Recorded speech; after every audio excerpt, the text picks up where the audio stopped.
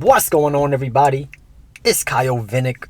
It seems like Apple is testing the waters on these different flagship phones. For 2021, we get 4 choices of flagship iPhones to choose from. I decided with the base iPhone 13, which is the mini model. This phone has the same A15 Bionic chip as a high-end 13 Pro Max. The only difference in chipset is that the mini has one less core in GPU, which is a 4-core. That is the main reason why I chose the mini. The other lack of features didn't matter to me because I know it'll still be adequate for my current type of usage. The only disadvantage is the battery life, but we'll get into that later. So if the design on the mini is pretty much the same design as the other iPhone 13s, which is personally my favorite iPhone release, it feels more secure in the hands, especially it being a compact phone. On the front, we got that 5.4-inch immersive display.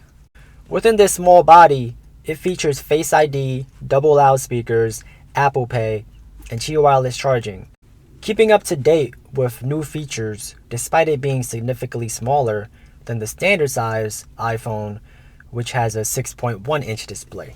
Even though the shape of this phone is very similar to the iPhone 5, we have the power button on the right side, which became normal after Apple started to increase the size of their iPhones.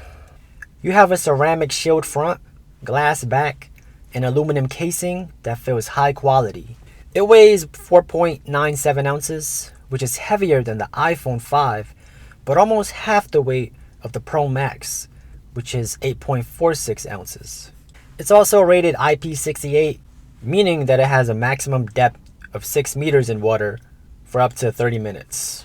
So onto the display, even getting used to the compact size, I would notice how small the display is whenever I'm watching videos in landscape mode and looking at photos. But this wouldn't be my primary device for media content. And it's mainly because of the battery performance. That is the main thing I'll prioritize when using this phone. Whenever I'm using my phone, I always think, how will it affect my battery life? And will I have enough juice before I'm able to charge it again? So with that being said, I wouldn't recommend this phone if you plan on regularly watching videos or gaming, or even regularly using the GPS. But back to the display, you have about 85% screen to body ratio. It's a 2340 by 1080. I haven't had any issues with the display. It gets pretty dark at low brightness and gets bright enough to see in direct sunlight. Since I keep bringing up the battery performance, it's a 2438 mAh battery. It's capable of fast charging, and with the 18-watt charger, you're able to charge it up to 50% in 30 minutes. It's also capable of Qi fast wireless charging and MagSafe wireless charging. The battery performance is the ultimate drawback of this phone. If I could at least last half a day with this phone, then I would recommend it for those who wouldn't mind a compact iPhone. But I find myself needing a charge after just 3 to 4 hours from a full charge. And this is me moderately using the phone, so no intense usage like GPS, recording, gaming, etc. Just light usage like emails, messaging, brief phone calls, and all that. With that being said, I'm gonna have to give the battery performance a 4 out of 10. If it wasn't for my PC and my MacBook Pro, then I would have never considered this phone. And I know they're all different types of devices, but currently it's usually not long before I'm able to hop on my PC or my MacBook. I'm basically saying if you have other resources to make up for the lack of the 13 mini, then it's manageable.